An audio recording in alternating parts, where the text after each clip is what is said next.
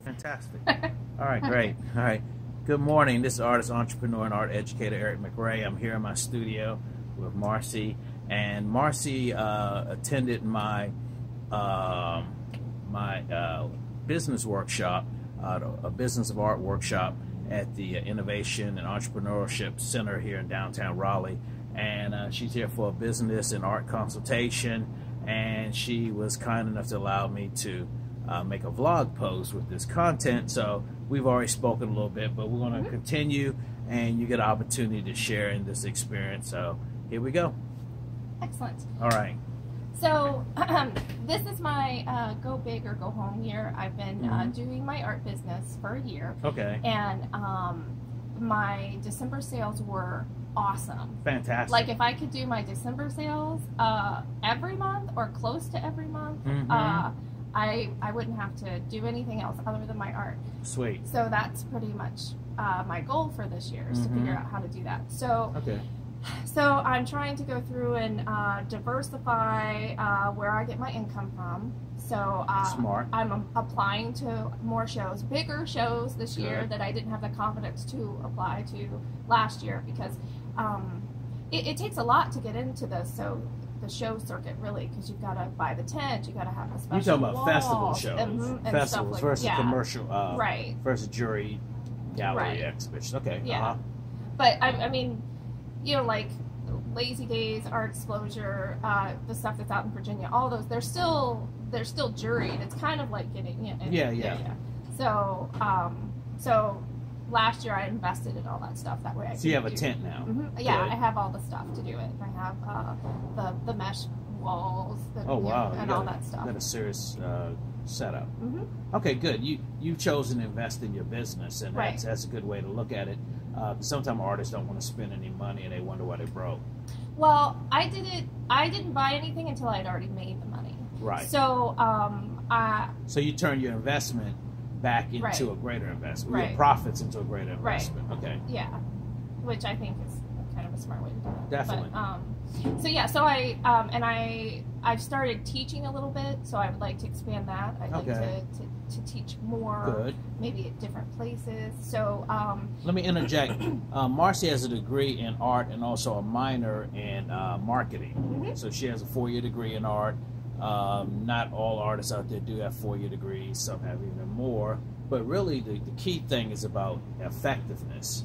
You know, not the level of education always helps, but the question is, what are you doing with the education and the skill sets you have?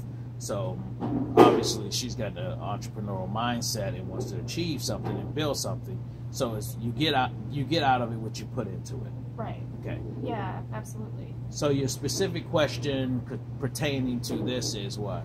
I'm just trying to figure out. I feel like I'm succeeding on a small level, and so like I'm trying to make that leap to succeed more consistently on a bigger scale. So you're trying to scale up. Yes. And you're trying to expand, and then you're trying to duplicate the success you had at Christmas. Now Christmas is the holiday season, is obviously a big retail time of the year. Strange enough, my sales dropped at Christmas. Yeah. And then they picked up after Christmas. Right. Because I had more high-end stuff that people were probably less likely to buy for somebody else. Right. And I would actually say that I have the opposite problem. Like I don't move really big paintings. Like I paint big because I have a handful of big paintings, because when you start trying to get into the bigger festivals and shows, they want to see that you have bigger paintings. Right. So I have those eye-catching pieces that will draw you into my tent. But on a rate, I mean, like I maybe sell 2 18 by 24 paintings a year. Maybe. Is that you consider that big? I do, yes, that's true. Okay, so I'm an encaustic painter, so I personally consider that big. Okay. I know, like 40 by 40 is probably big for other My people, biggest painting is 4 by 5 feet. Yeah. Anything bigger than that is really challenging to move. But so encaustic, I think the biggest encaustics I've ever seen are probably around that size you're talking about, unless you can really work on massive wooden panels. Right, yeah, because just logistically, like, I mean, like, much bigger than that, I'm not sure I can get in my car. to get it places. Yeah, I mean, you know, I just because I have to yeah. paint on panels. It's got to be a hard surface, so I can't roll it up like a. Like a lady I met with just the other day, she was working on small pieces, and I told her to stop making small pieces. And I told her why is because what happens a lot of times, individuals who are collecting art, a lot of people see art as a utilitarian. For utilitarian purposes. It could be, oh honey, that's so beautiful, it looks so nice, but it's too small to fit on our couch, our mantle, and our fireplace. Right. So then you have the small pieces that somebody can find, like a little what do you call a little nook painting, you put it in there, a little spot along a column or whatnot. But when somebody's making a real decision about a piece of artwork for their home, they're thinking, you know, those key spots in a home. So I would give serious thought to making something bigger. Okay. I would try to get you some wood panels. I know Jerry's Autorama and different places you can get them. Just be careful. Some of them are really cheesy and cheap. I worked on some and they just warped right after I put a lot of work into them. Oh. So make sure you get a really solid quality panel. Yeah. That way you can make 5 to 10 pieces that are 30 by 40 inches. Would be my suggestion. That way you do have some things. Somebody said, honey, I love her work. Yeah. You know, husband and wife team, partners are there, and they're like, we love her work, but it's too small. Right. You know, here's where you need depth and breadth. Right. You need something for, you know, it's like the, you know, grocery store. You walk in and your kids are grabbing all that candy and crap in the cash register. Yeah. At the same time, they want you to buy the steaks and the lobsters in the back. Right. So you, as a business person, have to have that range. Yes. And I would suggest you make so many pieces of that size, just specifically for the person who loves what you do. Yeah. Even if you just have one in your car. Right. For your festival. 2. Really 2, ideally. Yeah. Because you want, you know, people like to choose. They're like, this is the painting. Right. Yeah. Then you can choose this one or that one. Right. And they're going to choose, odds are, if they want some of your work. Right. And if you got 3, it's even sweeter. So every festival, I'd have 2 to 3 paintings of that size, just so you have that option. Absolutely. You know, big like that. And then, of course, you know, your smaller pieces that you're moving. Are you taking those same images and turning them into any kind of prints or really inexpensive stuff for festivals? I do. I have a small selection of prints. My work is really textured, so I think I don't. I mean, it looks okay in prints. I don't really love my work in prints, but I do because people ask, I do. Yeah. I'm not a big fan of prints in some ways, but a lot of artists are doing it, and it's inexpensive now compared to years ago. Right. So it's a cheap way to put stuff out there for a consumer product for people who don't have much revenue, or they're just cheap. Right. So prints never hurt. Yeah. Make about 10 different prints. Yeah. That way, you know, the 80-20 rule applies. You're going to have 2 of those 10 are going to be your really hot, your hits. Right. And that's the one you're going to know to print more of versus the one that's the turkey that never sells. You know, you know. So, you know, you got enough. If you got 1, 2, 3 prints, you can't really gauge what your superstars are. Right. But if you work in a numbers game and you have 10 different prints, and, you know, you're printing stuff, you know, standard size, 8 by 10, 5 by 7, 8 by 9 by 12, 8 by 10, 11 by 14, 16 by 20. That way, 18 by 24. They're easy to fit into frames that are already, what do you call it, standard size frames. Right. Even 11 by 17, they have these poster frames. You can get a lot of people do stuff 11 by 17. Yeah. And that makes it easy for you. So you got a range of prints. Right. You got your small originals. You got so many big, sofa-sized pieces. Right. That you probably want to keep around. You want to make some loot. Yeah. Around $500. Yes.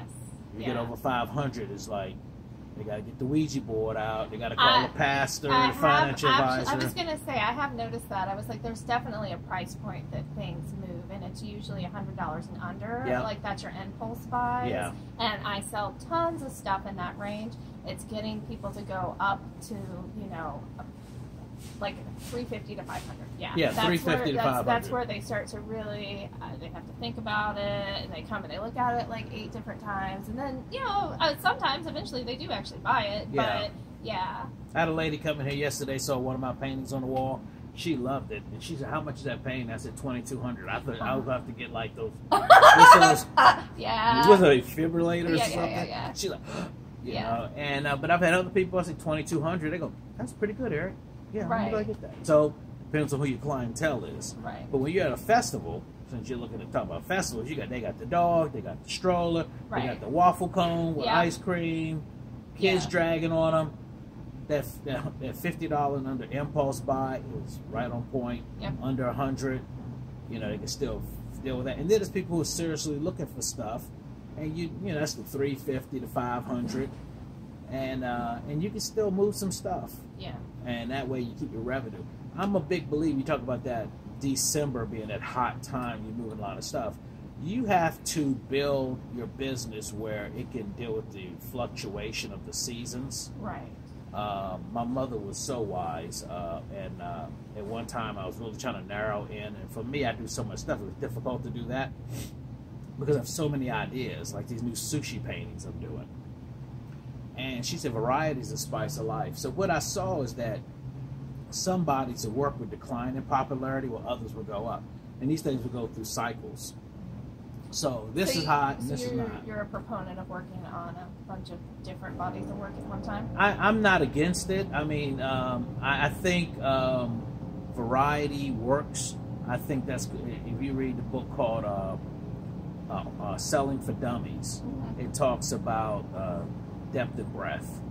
So now you have a range of things. I'm not saying one of these, one of those, one of them. Then you just look like you're just messing around. You're not serious. But let's say you have a whole series of pieces related to this.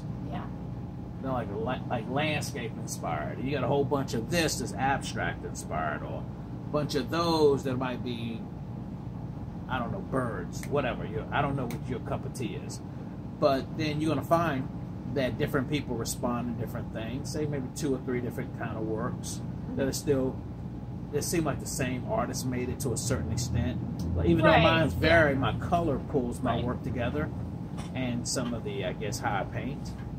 But what you'll find is that in the fall, this is doing this, and in the summer, this is doing that. It's really, where are you selling? Are you at the coast? Are you in the mountains? Are you in a big metro area where people can deal with more edgier, more sophisticated stuff? You're a more rural community, like I mentioned when I was in infield. I've done stuff in, D.C. and my God, or down in Charleston. Whole different response to artwork. So since you're on the road and traveling, you got to be able to sense the appetite and the culture of the people you're dealing with, and have works that they can connect with, and then so you have breadth and depth. So it's like I've got the hypothetically $20 item and the $500 item. I've got the really edgy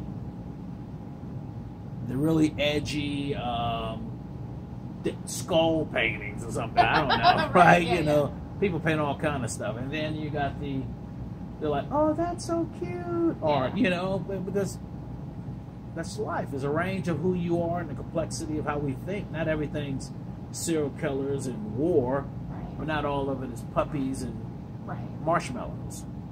So you just do you, and ultimately people are going to gravitate to what you like. I mean, what you do. Somebody is.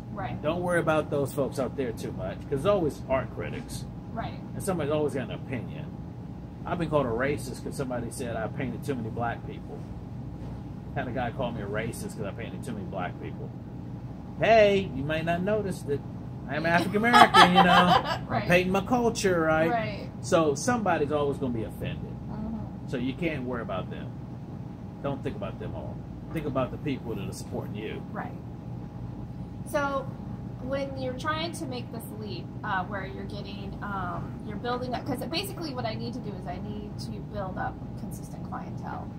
I think that I solidly do the impulse buys, and I make enough to do the festivals that it makes sense for me to do that, because I have enough of the impulse buy. It's getting big customers, big customers, collectors, growing my newsletter, my email list, like it's that kind of stuff that I really have to work on. We'll look at time. Okay, we're good. All right. The answer to that is relationships. Okay.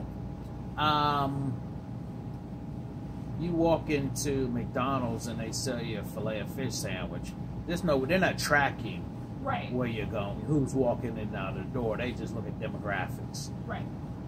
You're in a business where you have to build relationships with people. Right. And it's not always easy to get folks' email address, but it's important to build that rapport. And now with the beauty of social media, it's easier to do.